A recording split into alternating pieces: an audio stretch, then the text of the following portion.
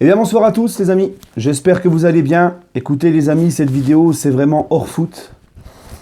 J'aimerais parler de ce qui se passe en ce moment et j'aimerais faire passer un message, comme vous le savez, avec ma petite notoriété, bientôt 15 000 abonnés, donc je vais essayer de me faire entendre pour essayer, pourquoi pas, peut-être que ça va pas plaire à tout le monde cette vidéo, mais essayer de réveiller les consciences.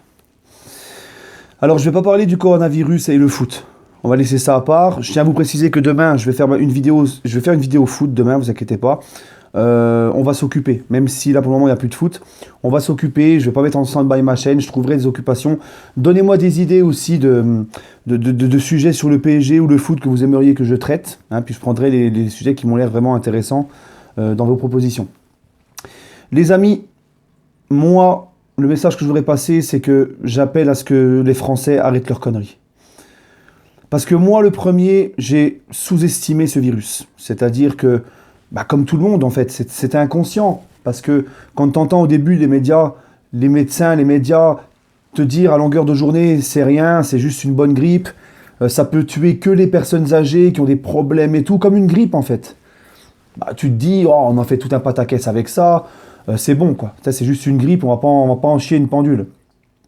Le problème, les amis, c'est qu'en fin de compte, maintenant on le sait, avec ce qui se passe en Italie, le nombre de morts de contaminés en Italie, le nombre de morts partout qui ne cesse d'augmenter, notamment en France, le nombre de contaminés qui ne cesse d'augmenter, et encore, on ne sait même pas si on nous dit vraiment les vrais chiffres, d'accord ? Peu importe l'origine de ce virus, moi je ne suis pas de ceux qui croient que ça vient d'une chauve-souris. Est-ce que c'est une arme chimique, un règlement de compte entre gouvernements, machin, quelle que soit la cause et les intentions, je rentre même pas là-dedans. Là, je parle juste du fait que le virus, de toute façon, quoi qu'il arrive, peu importe la cause, le virus, il est là et il est très, très, très dangereux. Parce que maintenant, on sait que ce virus peut même tuer des personnes jeunes, en bonne santé, sans antécédents médicaux. Pardonnez-moi, les amis, j'ai né un peu qui est pris. Donc, on a reproché à l'État français de ne pas avoir assez fait de choses pour contrer le coronavirus. On a dit l'État français a pris trop ça à la légère. L'État français n'a pas pris les normes nécessaires, n'a pas pris les conditions, n'a pas pris les bonnes décisions nécessaires. Ils ont laissé tourner, ils ont laissé traîner. Maintenant, l'État français nous a demandé des choses. L'État français a fermé les discothèques, les bars, les cafés, après avoir mis des matchs à huis clos, annulé la Ligue 1, etc. Moi-même, au début, je disais, merde, fait chier, on annule. Moi, c'était pas trop le fait qu'on mette les matchs à huis clos et tout qui me cassait les pieds. C'était le fait que, voilà, il y avait Walt Disney qui était ouvert, c'était un peu un 2.0. Mais maintenant, l'État a l'air de plus en plus être sérieux sur tout. Donc là, l'État a fait fermer les discothèques, les cafés. Économiquement, c'est une catastrophe pour la France et l'Europe. On se rend pas compte, mais c'est une catastrophe. Et l'État va même indemniser toutes les entreprises qui ont fermé. Donc ça va coûter des milliards à l'État. Donc je ne pense pas que l'État, pour une simple grippe ou un simple virus, qu'on croit que c'est juste une simple grippe ou gastro, ou que tu as juste la chiasse si tu le chopes, je ne pense pas que l'État aurait pris de telles décisions. C'est que c'est vraiment un virus très dangereux, les amis.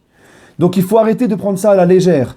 Quand je vois l'État qui nous demande de rester en quarantaine, c'est-à-dire se déplacer que pour les courses et pour le travail, et que je vois des gens à Paris, dans des parcs, qui se rassemblent. Moi, je suis de Dijon, je suis passé devant le lac Kyr, les gens normaux hier, ils étaient tous rassemblés, ils faisaient leur footing, ils faisaient leur traction, ils étaient tous ensemble. Dans Paris, partout, des gens ont manifesté, se sont regroupés en disant « on est plus fort que le coronavirus, on ne veut pas de quarantaine, ceci, cela ». Moi, je trouve ça, mais c'est d'une inconscience totale. C'est d'une inconscience totale, c'est un manque d'éducation civique, c'est un manque de civilisation, c'est un manque de respect envers les autres Français, envers ta famille, envers même toi-même. Alors si toi tu veux choper le coronavirus, c'est pas un problème, mais préserve les autres. Il y a des enfants qui peuvent être touchés. On peut tous toucher nos enfants, nos neveux, les enfants des autres, les grands-parents, les machins. Et il y a des gens, ils prennent trop ça à la légère. Ils croient que l'État fait ça par plaisir pour nous emmerder. Donc il va peut-être falloir maintenant en France arrêter de faire les rebelles, arrêter de vouloir... En France, on ne veut pas qu'on nous dicte nos lois, on ne veut pas qu'on nous dicte nos façons de faire. Mais il y a des fois, il n'y a pas le choix.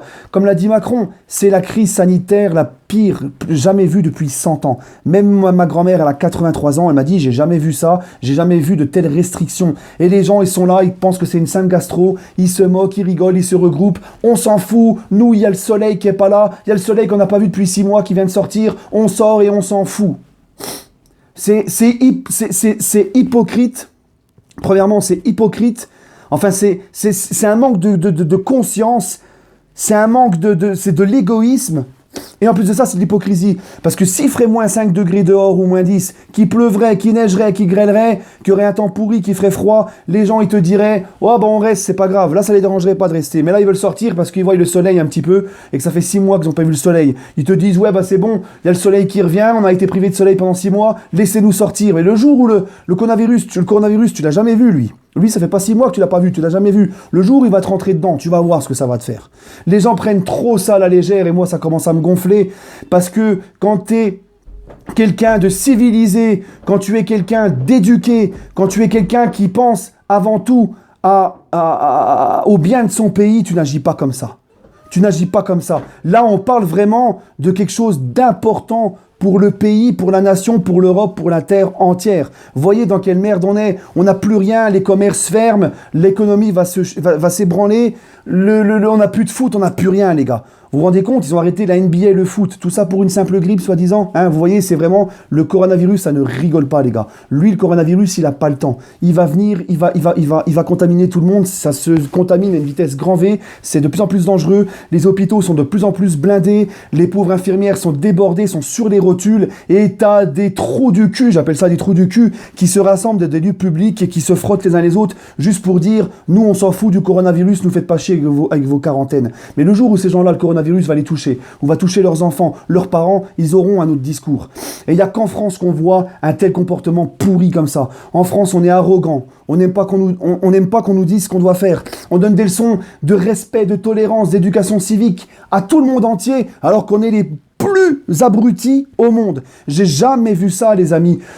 C'est quoi cet égoïsme? Me regardez ce comportement dans les grandes surfaces, ils prennent tout, alors que les grandes surfaces ne vont pas fermer, mais ils prennent tout, et le pire c'est qu'ils prennent des trucs périssables. Si encore ils prenaient que des pâtes et du riz, ça irait, mais là ils prennent que des trucs périssables, ça remplit des caddies de yaourt, de lait pour au moins 3 ans, t'es pas au courant que ça va périmer? Et les petites mamies qui ont des aides, assistance à la personne âgée, etc., qui n'ont que ces gens-là avec des jours et des heures déterminées pour les ramener en course, elles vont arriver en course, elles n'auront plus rien. Les petites mamies, tout ça, n'auront plus rien. C'est de l'égoïsme. Je n'ai jamais vu ça. Quand je vois les amis, les gens, à une époque en France, il y a des gens qui sont allés dans les tranchées boire de la pisse, bouffer de la merde, parce qu'ils étaient coincés dans les tranchées. Ils n'avaient plus de réserve, de nourriture pour survivre. Ils ont bu de la pisse, ils ont bouffé du caca, ils ont mangé de la boue, de l'herbe.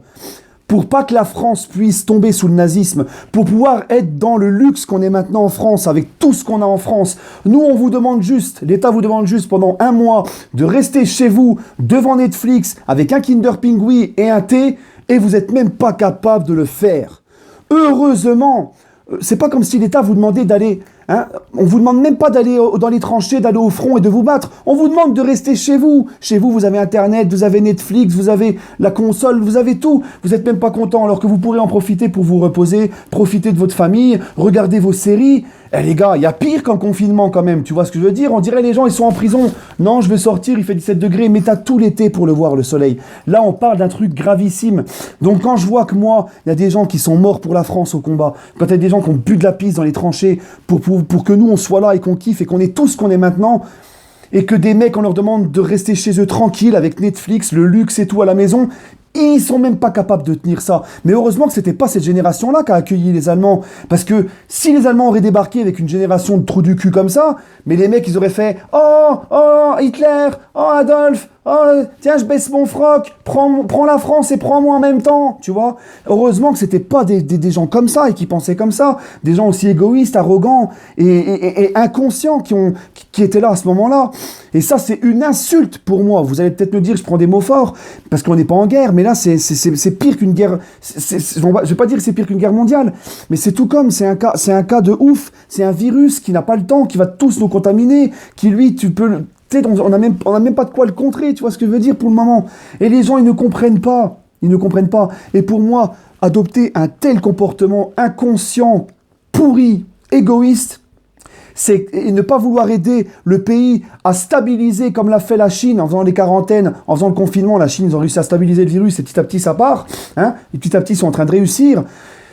Eh ben, les gens, Au lieu de prendre exemple sur la Chine, non, ils font les rebelles, ils prennent pas ça au sérieux. Eh bien, continuez. Mais pour moi, ça, c'est une insulte envers tous ceux qui sont morts pour la France, pour avoir ce que vous avez maintenant. Hein, votre petite vie de luxe, avoir tout ce qu'on a maintenant en France et être bien en France, d'accord? Parce que c'est pareil, on se plaint en France, mais il faut voyager pour voir qu'on est très loin d'être à plaindre en France, d'accord? Enfin bref, moi, cette mentalité de merde, ça me répugne. Franchement, j'ai pas les mots. Franchement, les amis, moi, j'ai plus les mots par rapport à ça. Donc, le message que j'ai à faire, c'est que maintenant, à 20h, Emmanuel Macron va parler. On va vers un confinement beaucoup plus strict, hein, avec l'armée, les gendarmes, la police. Il va falloir justifier tes sorties. Ça sera soit tu sors pour les courses ou tu restes chez toi. Celui qui sort sans excuse valable, il va être passible d'une amende ou peut-être même d'une peine d'emprisonnement, comme en Italie, comme en Chine. Eh bien oui, ça peut paraître être un peu très sévère, être une dictature, mais des fois, les amis, pour mater les gens qui n'ont rien dans le cerveau, qui ne veulent pas faire avancer leur pays et être solidaires, eh bien il en faut un peu de la dureté et d'une petite dictature comme ça. C'est ce qu'il faut pour leur mater la gueule. C'est ce qu'il faut, les gars. Là, l'État n'a pas le choix. Et l'État, je regrette une chose, c'est que l'État n'ait pas fait ça dès le départ. On n'en serait peut-être pas arrivé là où on en est actuellement. Voilà, les amis. En tout cas, écoutez ce que vous dit le gouvernement, arrêtez de faire les petits rebelles, hein. Arrêtez de faire les petits rebelles, c'est quelque chose de très sérieux. Pensez à votre famille, pensez à vos enfants, pensez à tout le monde. Alors je ne dis pas qu'il faut être dans la paranoïa, hein, tout dévaliser dans les magasins, devenir fou, sortir avec limite des rideaux sur la gueule, non.